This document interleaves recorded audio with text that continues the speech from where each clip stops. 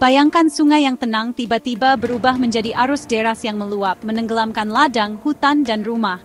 Air, sumber kehidupan, seketika menjadi ancaman yang mengubah dunia dalam hitungan jam. Suara banjir bukan lagi gemericik, tapi deru yang menakutkan, membawa puing dan lumpur. Banjir menghapus batas-batas yang kita kenal, jalan, ladang, rumah, semua lenyap di bawah air. Inilah kekuatan banjir mengubah lanskap, memaksa semua makhluk beradaptasi atau lenyap. Kisah banjir bukan hanya tentang kehancuran, tapi juga tentang ketangguhan dan pemulihan alam serta manusia. Banjir terjadi saat air meluap dari sungai, danau, atau saluran air, menutupi daratan yang biasanya kering.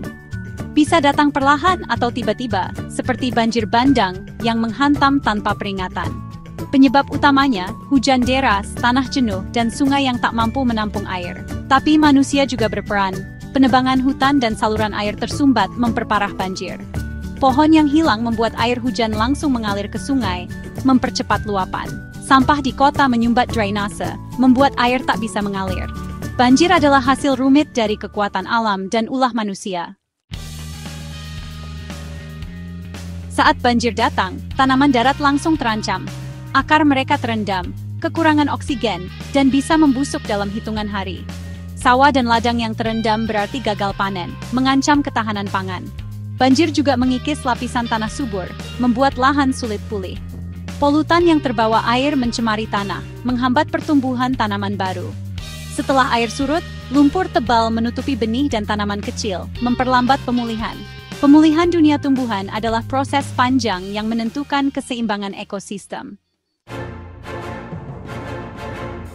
Bagi hewan, banjir adalah bencana yang memaksa mereka melarikan diri dari sarang dan habitat. Hewan kecil seperti tikus dan serangga sering tak sempat menyelamatkan diri. Hewan ternak pun terancam, menambah beban ekonomi petani.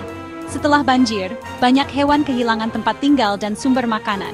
Mereka harus bersaing di wilayah baru, memicu konflik dan stres. Siklus hidup terganggu, penyakit mudah menyebar, dan rantai makanan terputus. Banjir mengubah dunia hewan secara drastis, memaksa mereka beradaptasi di lingkungan yang baru.